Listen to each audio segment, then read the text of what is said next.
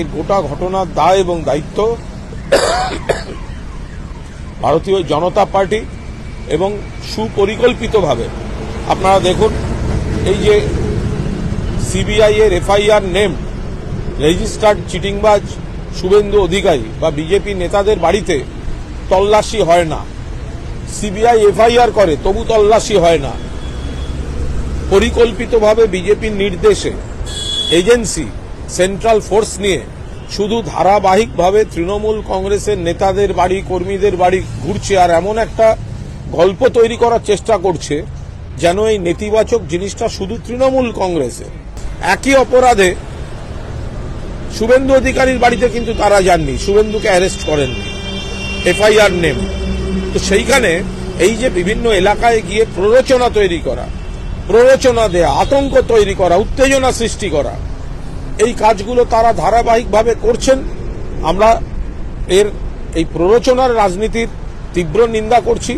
যত ভোট আসছে পাগলের মতো এই ধরনের বিভিন্ন জায়গায় ছুটে গিয়ে শুধু তৃণমূলের নেতা কর্মীদের উপর আক্রমণ করে তল্লাশির নামে নেতিবাচক খবর তৈরি করা, এগুলো পরিকল্পিতভাবে করে যাচ্ছে বিজেপি, কেন্দ্রীয় এজেন্সি এবং তার সঙ্গে সেন্ট্রাল ফোর্স।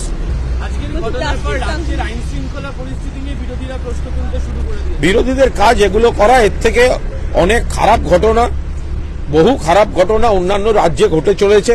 চোখের ওপর মণিপুর এখনো চলছে, সেগুলো নিয়ে মাথা ঘামাতে যাক।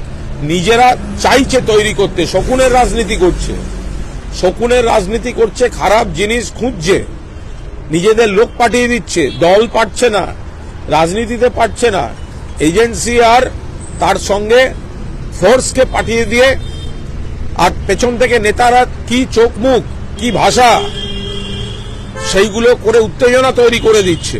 জাস্টিস গাঙ্গুলি আজকে বলেছেন যে রাজ্যপাল কেন ঘোষণা করছে না যে এই রাজ্যে সাংবিধানিক পরিকাঠামো ভেঙে গেছে, তদন্তকারীরাই যদি আক্রান্ত হয় তাহলে তদন্ত কিভাবে হবে? প্রধান বিচারপতির উচিত জাস্টিস গাঙ্গুলিকে অবিলম্বে হাইকোর্ট থেকে বার করে সিপিএম এর ব্রিগেডে পাঠিয়ে দেয়া।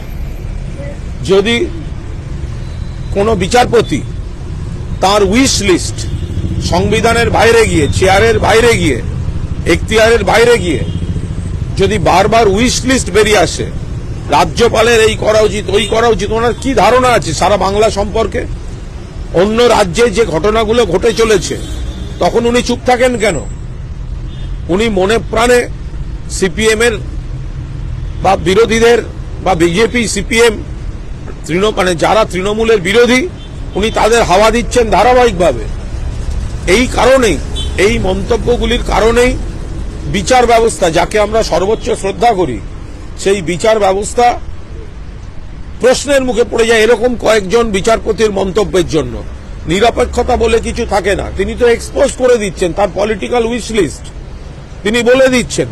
প্রধান বিচারপতির উচিত জাস্টিস অভিজিৎ গাঙ্গুলিকে হাইকোর্ট থেকে বার করে দিয়ে 7 তারিখ সিপিএম এর ব্রিগেডে পৌঁছে দিয়ে